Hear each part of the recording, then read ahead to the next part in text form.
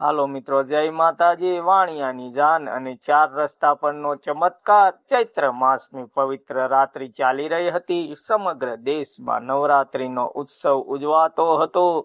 દરેક ગામ અને શહેરમાં માતાજીના ગરબા, આરતી, ભક્તિનો માહોલ હતો। અમદાવાદના એક સમૃદ્ધ શેઠ વેપારી જસવંતભાઈ વાણિયા તેમના ધંધા માટે ખૂબ જાણીતા હતા।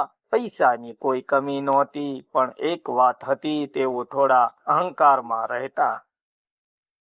તેમનો એક જ દીકરો હાર્દિક હવે લગ્ન યોગ્ય થયો હતો। ઘરમાં ખુશીની લહેર હતી। વહુ તરીકે એક સારા પરિવારમાંથી કન્યા પસંદગી થઈ। લગ્નનો દિવસ નક્કી થયો। ચૈત્ર નવરાત્રિનો 5મો દિવસ। જાનની તૈયારી। ઘરમાં ધામધૂમથી તૈયારીઓ ચાલી રહી હતી। ઘોડા સજાવાયા, બાજા બેન્ડ બોલાવાયા, મહેમાનોને આમંત્રણ અપાયું। જસવંતભાઈ ગૌરવથી કહેતા, આવી જાન આખા શહેરે ક્યારેય નહીં જોઈ હોય। ઘરમાં એક વૃદ્ધ સ્ત્રી જસવંતભાઈની માતા હંમેશા કહેતી, બેટા, દરેક કામ પહેલા માં ચામુંડાનું નામ લેવું જોઈએ। પણ જસવંતભાઈ હસીને કહ્યું, આ બધું જૂના સમયમાં ચાલતું હતું, હવે પૈસાથી બધું થાય છે। માતા શાંત રહી ગઈ, પણ દિલમાં પ્રાર્થના કરતી રહી। જાન નીકળે છે। લગ્નના દિવસે જાન ભવ્ય રીતે નીકળી। બાજા વાગતા, લોકો નાચતા અને હાર્દિક ઘોડા પર સજ્જ થઈને બેઠો। જાન શહેરના રસ્તાઓ પરથી પસાર થઈ રહી હતી। લોકો આ ભવ્યતા જોઈને આશ્ચર્ય પામતા હતા, પણ આ જ સમયે કંઈક અજીબ બનવાનું હતું।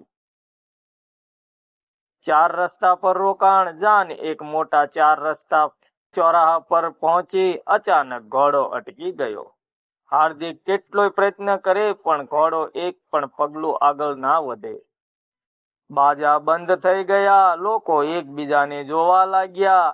જસવંતભાઈ ગુસ્સેમાં બોલ્યા, આ શું નાટક છે? આગળ વધો, પણ કોઈ આગળ વધી શક્યું નહીં। અજાણી વૃદ્ધ સ્ત્રી। ત્યારે રસ્તાના ખૂણે એક વૃદ્ધ સ્ત્રી દેખાય। તેણે ધીમા અવાજમાં કહ્યું, આ રસ્તો આમ જ નથી ખુલતો, પહેલા માનું નામ લેવું પડે। જસવંતભાઈ ગુસ્સે થઈ ગયા। તેમણે, કોણ છો? અહીંથી જાઓ। પણ તેમની માતા તરત જ આગળ આવી અને કહ્યું, બેટા, આ કોઈ સામાન્ય વાત નથી, આ સંકેત છે ચમત્કારની શરૂઆત। અચાનક આકાશમાં વાદળાઓ છવાઈ ગયા। હવા ઠંડી થઈ ગઈ। ઘોડો વધુ બેચેન બન્યો। હાર્દિક ડરી ગયો। જાનમાં આવેલા બધા લોકો ચિંતિત થઈ ગયા। ત્યારે જસવંતભાઈની માતાએ આંખ બંધ કરી અને પ્રાર્થના કરી, હે માં ચામુંડા, અમને માફ કરજો, અમને સાચો માર્ગ બતાવો। દિવ્ય સંકેત। જેમ જ પ્રાર્થના પૂરી થઈ, એક અદ્ભુત ઘટના બની। ઘોડો શાંત થઈ ગયો, પવન થંભી ગયો અને એ વૃદ્ધ સ્ત્રી અચાનક ગાયબ થઈ ગઈ। બધાને સમજાયું, આ કોઈ સામાન્ય સ્ત્રી નહોતી, આ તો માં ચામુંડાનું સ્વરૂપ હતું। પસ્તાવો। જસવંતભાઈના આંખોમાં આંસુ આવી ગયા। તેમણે કહ્યું, મને માફ કરજો માં, મેં અહંકાર કર્યો। તેમણે તરત જ રસ્તા પર માથું ટેકાવ્યું અને પ્રાર્થના કરી। ફરી શરૂ થયેલું જાન। થોડી જ ક્ષણોમાં ઘોડો આગળ વધવા લાગ્યો। બાજા ફરી વાગવા લાગ્યા। જાન ફરી શરૂ થઈ, પણ હવે બધાના દિલમાં ભક્તિ અને વિનમ્રતા હતી। લગ્ન પૂર્ણ થાય છે। જાન સલામત રીતે કન્યાના ઘરે પહોંચી। લગ્ન વિધિ સફળતાપૂર્વક પૂરી થઈ।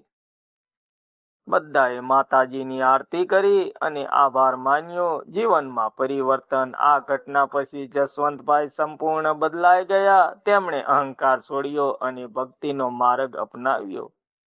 દર વર્ષે તેઓ ચોટીલા મંદિર જઈને માતાજીના દર્શન કરતા। વાર્તાનો સંદેશ, અહંકાર માણસને અંધ બનાવે છે। ભગવાનનો આશીર્વાદ વિના કંઈ શક્ય નથી। સંકેતોને સમજીને આગળ વધવું જોઈએ। ભક્તિમાં અદ્ભુત શક્તિ છે। મિત્રો, સ્ટોરી સારી લાગી હોય તો લાઈક, કમેન્ટ, શેર કરવાનું ભૂલતા નહીં। મળીશું બીજા વિડીયોમાં। ત્યાં સુધી સૌને જય માતાજી, જય મા ચામુંડા।